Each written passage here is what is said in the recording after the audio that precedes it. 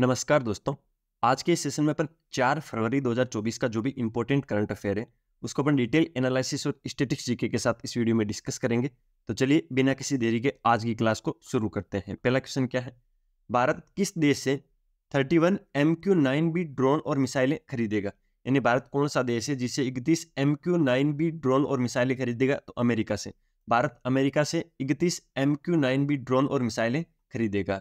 America ने भारत को लगभग 4 अरब डॉलर में 31 MQ-9B ड्रोन, हेल फायर मिसाइलें और लेजर निर्देशित बम बेचने की मंजूरी दी है। ठीक है, जो लेजर गाइडेड बम है वो भी साथ में देंगे। इससे भारत की जो डिफेंस सिस्टम है वो मॉडर्न होगी। MQ-9B ड्रोन क्या होता है तो इसके बारे में थोड़ा अपन डिटेल एनालिसिस कर लेते हैं। MQ-9B प्रीडेटर ड्रोन एक मानव रहित हवाई वाहन है, यानी इसको चलाने के लिए आदमी की जरूरत नहीं है। MQ-9B ड्रोन को प्रीडेटर्स के नाम से भी जाना जाता है।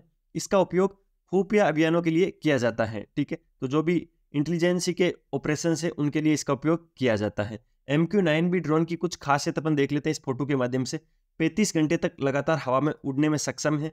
40,000 फीट की ऊंचाई पर उड़ सकता है। मारक दूरी 11,000 किलोमीटर से ज्यादा है। 388 किलोमीटर प्रति घंटे की रफ्तार से चल सकता है। तो ये MQ-9B ड्रोन की कुछ खासियतें जिनको आपको याद करने की कोशिश करना है। क्या है? 35 घंटे तक लगातार हवा में उड़ने में सक्षम है। 40,000 की फीट ऊंचाई पर उड़ सकता है। मारक दूरी 11,000 किलोमीटर से ज्यादा है। 388 किलोमीटर प्रति घंटे की रफ्तार से ये उड़ सकता है। अमेरिका से संबंधित अपने पिछले कुछ दिनों में क्या करंट अफेयर पड़ा है उसका एक बार रिवाइज कर लेते हैं। भारत अमेरिका के सिएटल में नया वाणिज्यिक दूतावास खोलेगा। ठीक है, स्टैटिस्टा के अनुसार फिनटेक यूनिकॉर्न के मामले में अमेरिका शीर्ष पर है। अमेरिका के न्यू जर्सी में दुनिया के सबसे बड़े हिंदू मंदिर BAPS स्वामीनारायण अक्षरधाम का उद्घाटन हो गया है। तो ये अपन ने अमेरिका को लेकर पिछले कुछ दिनों में इंपॉर्टेंट करंट अफेयर देखा था और भी देखा है, उसका भी रिवाइज कर लेते हैं। मेरीलैंड में डॉक्टर भीमराव अंबेडकर की सबसे बड़ी प्रतिमा, यानी 19 फीट की डॉक्टर भीमराव अंबेडकर की सबसे बड़ी प्रतिमा है, उसका अनावरण किया गया था और इसे स्टैच्यू ऑफ इक्वलिटी नाम दिया गया था। यह उस प्रतिमा की एक फोटो है। अमेरिका के लुइस विले ने 3 सितंबर को सनातन धर्म दिवस के रूप में घोषित किया है। तो 3 सितंबर को सनातन धर्म दिवस के रूप में घोषित किया है अमेरिका के लुइस विले ने। कैलिफोर्निया में सिलिकॉन वैली के 2 सरकारी स्कूल पहली बार अपने पाठ्यक्रम में हिंदी को विश्व भाषा के रूप में शामिल करेंगे। जो कैलिफोर्निया है वहां का जो सिलिकॉन वैली है वहां के 2 सरकारी स्कूल हैं जिन्होंने पहली बार हिंदी को विश्व भाषा के रूप में शामिल किया है अपने सिलेबस के अंदर। अगर आपको वीडियो की क्वालिटी, कंटेंट की क्वालिटी और आपके सर की मेहनत पसंद आ रही है तो मुझे अप्रिशिएट करने के लिए लाल वाला बटन दबाकर चैनल को सब्सक्राइब जरूर करना, बेल वाला आइकन प्रेस कर लेना, क्योंकि आपको पता है पिछले 2 महीने से प्रतिदिन सुबह 6 बजे अपन करंट अफेयर की एक क्लास लेते हैं 15 से 20 मिनट की, जिसमें उस दिन के करंट अफेयर को अपन डिटेल एनालिसिस और स्टैटिस्टिक्स जीके के साथ कवर करते हैं। तो करंट अफेयर का पूरा झंझट ही खत्म हो जाएगा बेल वाला आइकन प्रेस कर लोगे तो। सभी PDF मिलती है टेलीग्राम चैनल पे। टेलीग्राम चैनल ज्वाइन करने के लिए वीडियो के डिस्क्रिप्शन में टेलीग्राम चैनल की लिंक है। इस वीडियो को लाइक कर दीजिए, एक अच्छा सा कमेंट कर दीजिए। एक मैं आपको सूचना दे देता हूं, कल अपनी एक क्लास आई थी जिसमें अपन ने जनवरी मंथ के करंट अफेयर को 351 क्वेश्चंस के माध्यम से कवर किया था। तो शानदार 351 MCQs थे। उस क्लास को आप जरूर चेकआउट कर लेना। प्लेलिस्ट सेक्शन में जाना, वहां पर मंथली करंट अफेयर नाम से प्लेलिस्ट में रखी, उसमें वो क्लास मिल जाएगी। अदरवाइज वीडियो सेक्शन में भी देख लेना, क्योंकि अभी कल ही वो क्लास अपलोड हुई है। अगला क्वेश्चन, R चंपकलक्ष्मी का निधन हो गया है, वे कौन थी? तो एक इतिहासकार थी। R चंपकलक्ष्मी इतिहासकार थी और इनका कल निधन हो गया था। प्रतिष्ठित इतिहासकार, भारतीय इतिहास कांग्रेस के पूर्व अध्यक्ष और जवाहरलाल नेहरू विश्वविद्यालय के ऐतिहासिक अध्ययन केंद्र में प्रोफेसर R चंपकलक्ष्मी का निधन हो गया है। ये प्रोफेसर थी जवाहरलाल नेहरू विश्वविद्यालय के अंदर। चंपकलक्ष्मी का जन्म 1932 में तमिलनाडु के श्रीरंगम में हुआ था। यह है चंपकलक्ष्मी की एक फोटो। हाल ही में वे निधन के बारे में अपन चर्चा कर लेते हैं। अभी पिछले कुछ दिनों में जो निधन हुए हैं उनको लेकर करंट अफेयर अपन ने क्या पढ़ा था। शास्त्रीय गायिका डॉक्टर प्रभा अत्रे का निधन हुआ था। फिल्म निर्माता वीनू का निधन हुआ था। हॉलीवुड एक्टर क्रिश्चियन ओलिवर का भी निधन हुआ था। संगीत सम्राट उस्ताद राशिद खान का निधन हुआ था। जर्मनी के दिग्गज फुटबॉलर फ्रांज बेकनबाउर का निधन हुआ था। तमिल सुपरस्टार और राजनेता विजयकांत का निधन हुआ था।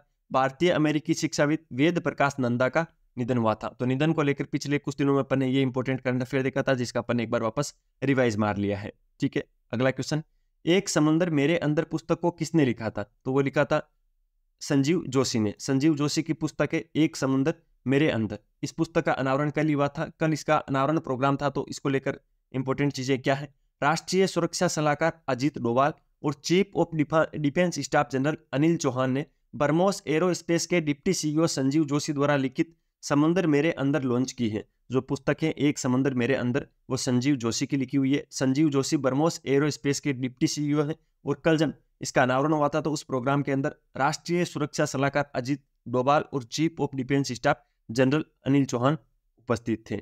इस पुस्तक के अंदर 75 अलग अलग कविताओं का संग्रह है। ये पुस्तक का कवर पेज है एक समुंदर मेरे अंदर कविता संग्रह डॉक्टर संजीव कुमार जोशी की, जिसमें 75 कविताओं का संग्रह है।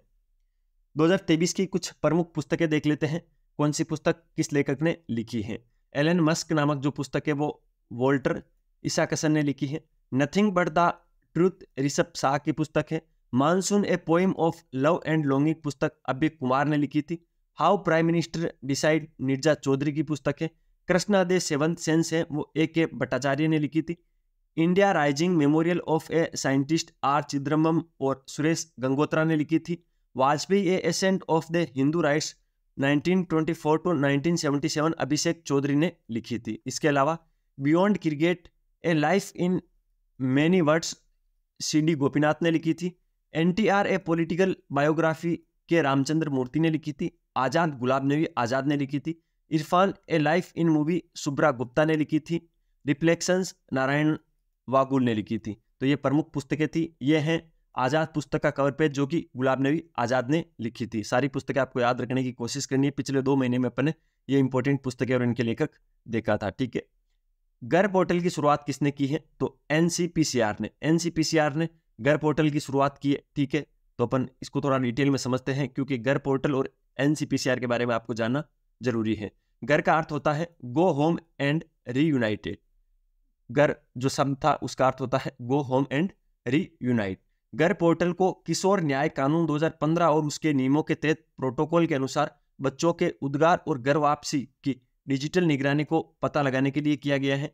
महिला एवं बाल विकास मंत्रालय ने भी ट्रैक चाइल्ड पोर्टल विकसित किया था। तो ये बच्चों को लेकर कुछ इंपॉर्टेंट पोर्टल है जिसके अंदर घर पोर्टल भी शुरू हुआ है जो कि किशोर न्याय कानून 2015 के अनुसार शुरू हुआ है, जिसके अंदर बच्चों को डिजिटल निगरानी रखी जाएगी। ठीक है, NCPCR क्या होता है क्योंकि इसमें अपन ने पढ़ा था कि घर पोर्टल की शुरुआत NCPCR ने की थी।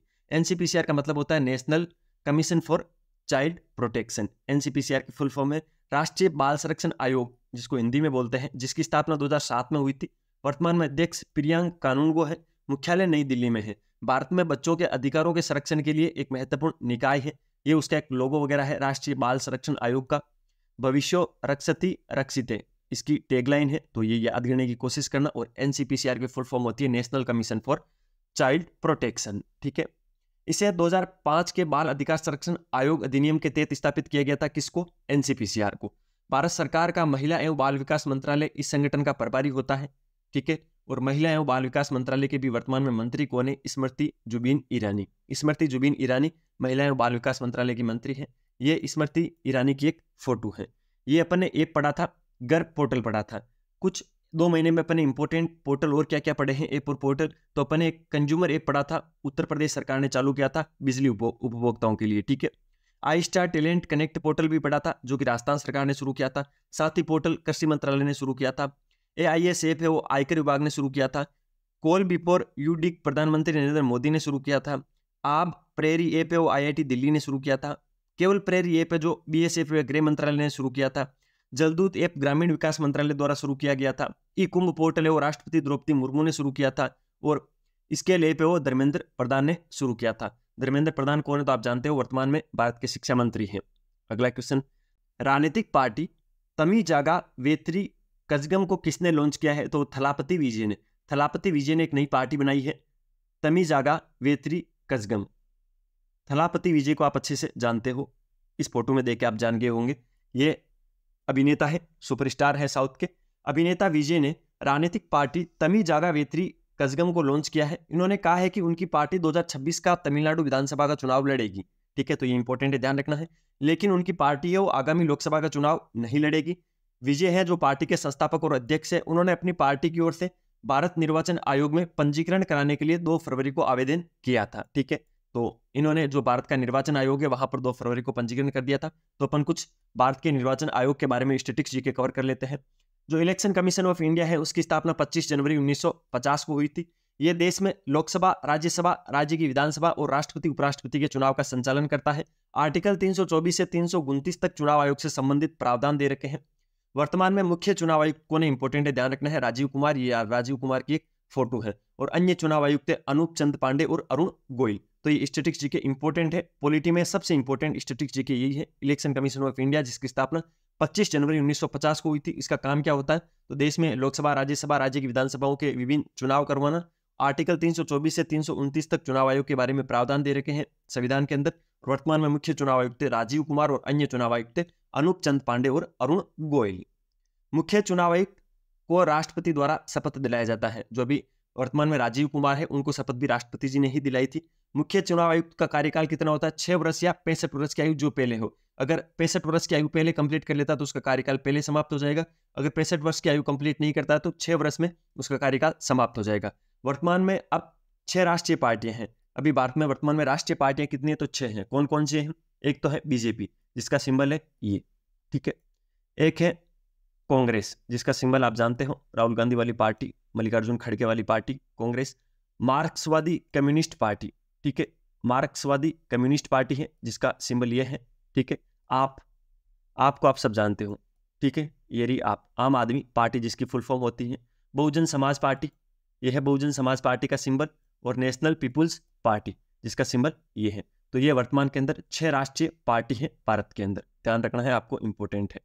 डिजिटल डिटॉक्स पहल को किस राज्य ने शुरू किया है, तो शुरू किया है कर्नाटक। कर्नाटक राज्य ने डिजिटल डिटॉक्स नाम से एक पहल को शुरू किया है। पहल क्या है, तो कर्नाटक सरकार all India game developers forum के साथ साझेदारी में डिजिटल डिटॉक्स पहल शुरू करेगी। उद्देश्य क्या है, डिजिटल दुनिया में अत्यधिक समय बिताने के खतरों के बारे में जागरूकता को बढ़ाना। इस पहल के माध्यम से पूरे कर्नाटक में ऑफलाइन और ऑनलाइन डिजिटल डिटॉक्स केंद्र स्थापित किए जाएंगे। ऑफलाइन और ऑनलाइन दोनों बोर्ड में डिजिटल डिटॉक्स केंद्र स्थापित किए जाएंगे। ये केंद्र व्यक्तिगत मार्गदर्शन भी प्रदान करेंगे, ठीक है, पर्सनली गाइडेंस भी देंगे।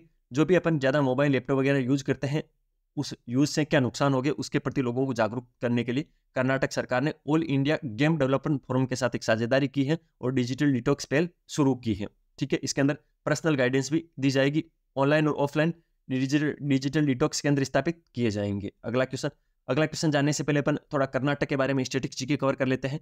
कर्नाटक की राजधानी है बेंगलुरु। कर्नाटक के वर्तमान में राज्यपाल है थावरचंद गहलोत। कर्नाटक के मुख्यमंत्री है सिद्धारमैया। विधान परिषद की सीटें कितनी है, तो 75 है। विधानसभा की सीटें 224 है। लोक नृत्य क्या है, तो यक्षगान कर्नाटक का लोक नृत्य है। मैप में देख लीजिए, भारत के मैप में यहाँ पर कर्नाटक राज्य स्थित है।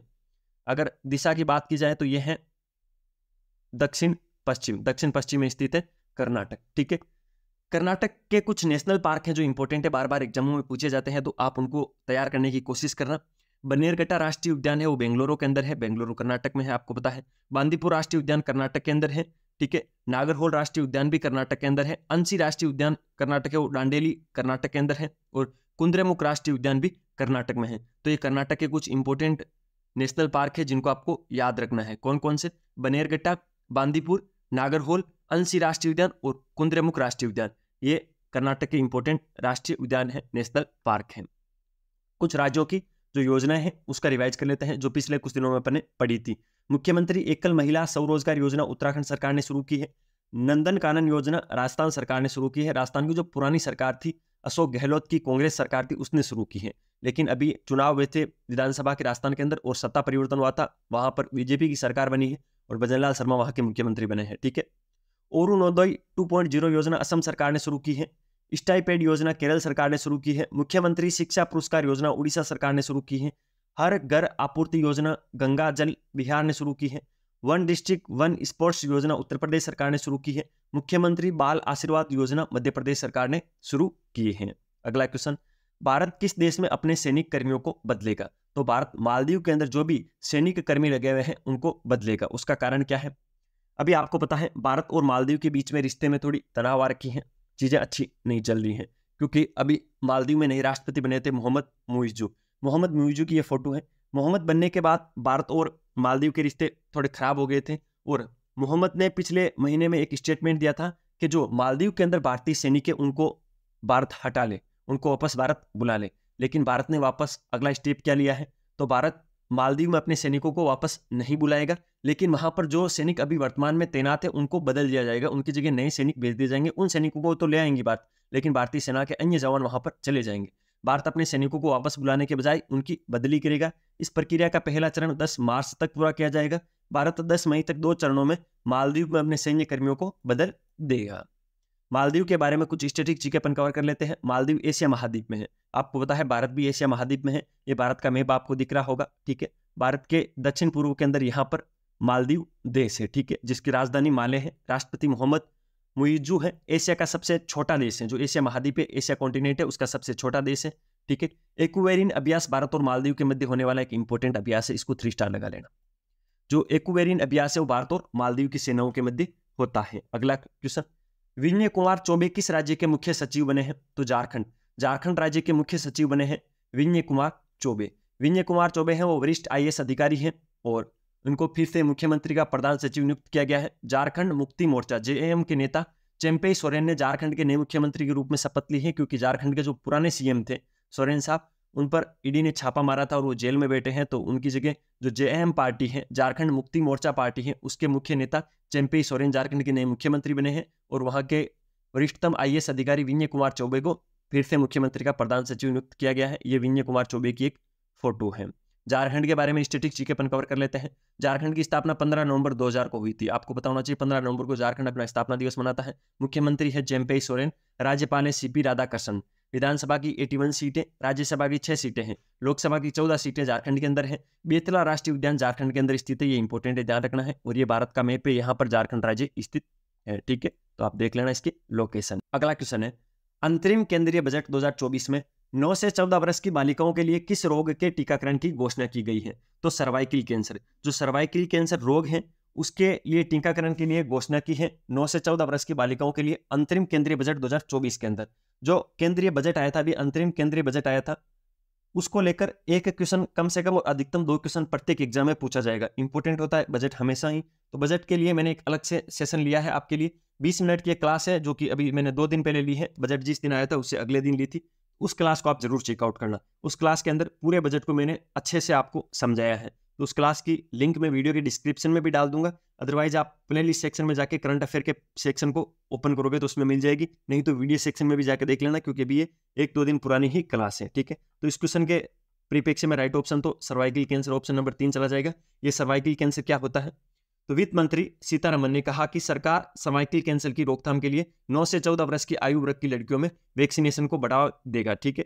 भारत की पहली made in India cervical cancer की वैक्सीन कौन सी है? तो सर्वेवेक है, ठीक है, इंपॉर्टेंट है, नाम याद रखना सर्वेवेक, क्योंकि सर्वाइकल कैंसर इन दिनों थोड़ा ट्रेंडिंग में चल रहा है, तो ये पूछा जा सकता है, ठीक है। सर्वाइकल कैंसर को अपन इस डायग्राम के माध्यम से समझेंगे, ठीक है। ये है गर्भाशय, क्या है? गर्भाशय है, ठीक है। यहाँ पर ये है वेजाइनल वॉल और इसके आगे यहाँ पर है सर्विक्स, ठीक है। गर्भाशय नाल जिसको अपन बोलते हैं सर्विक्स। गर्भाशय नाल के अंदर जो कोशिकाएं होती है वो असामान्य वृद्धि कर लेती है और उसकी वजह से वहाँ पर सर्वाइकल कैंसर हो जाता है। असामान्य वृद्धि करने के बाद कुछ ACC सेल्स बन जाती हैं फूलकर, तो इसकी वजह से सर्वाइकल कैंसर होता है। तो मैंने इस डायग्राम के माध्यम से आपको समझाने की कोशिश की, अब इसको पढ़ लेते हैं। सर्वाइकल कैंसर गर्भाशय गिरवा की परत में असामान्य कोशिकाओं की वृद्धि की वजह से होता है, जो कि इस डायग्राम में दिख रहा है। Cervical cancer human papilloma virus के संक्रमण के कारण होती है, इसको आप याद रखोगे।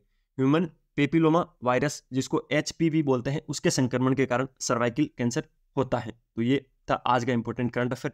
4 फरवरी की करंट अफेयर को अपन डिटेल एनालिसिस और स्टैटिक्स जीके के माध्यम से अपन ने कवर किया। अगर आपको वीडियो की क्वालिटी, कंटेंट की क्वालिटी, मेरी मेहनत अच्छी लग रही है तो इन सबको अप्रिशिएट करने के लिए लाल वाला बटन दबाकर चैनल को सब्सक्राइब जरूर करना, बेल वाला आइकन प्रेस कर लेना, जिससे प्रतिदिन सुबह 6 बजे आपको करंट अफेयर के क्लास का नोटिफिकेशन मिल जाएगा और मुझे मोटिवेशन मिल जाएगा। किसी भी प्रकार की PDF चाहिए तो टेलीग्राम चैनल ज्वाइन कर लेना। टेलीग्राम चैनल की लिंक वीडियो के डिस्क्रिप्शन में है। मिलते हैं फिर किसी नए सेशन के साथ, तब तक अपनी पढ़ाई जारी रखो, अपने स्वास्थ्य का ध्यान रखो। टेक केयर, जय हिंद।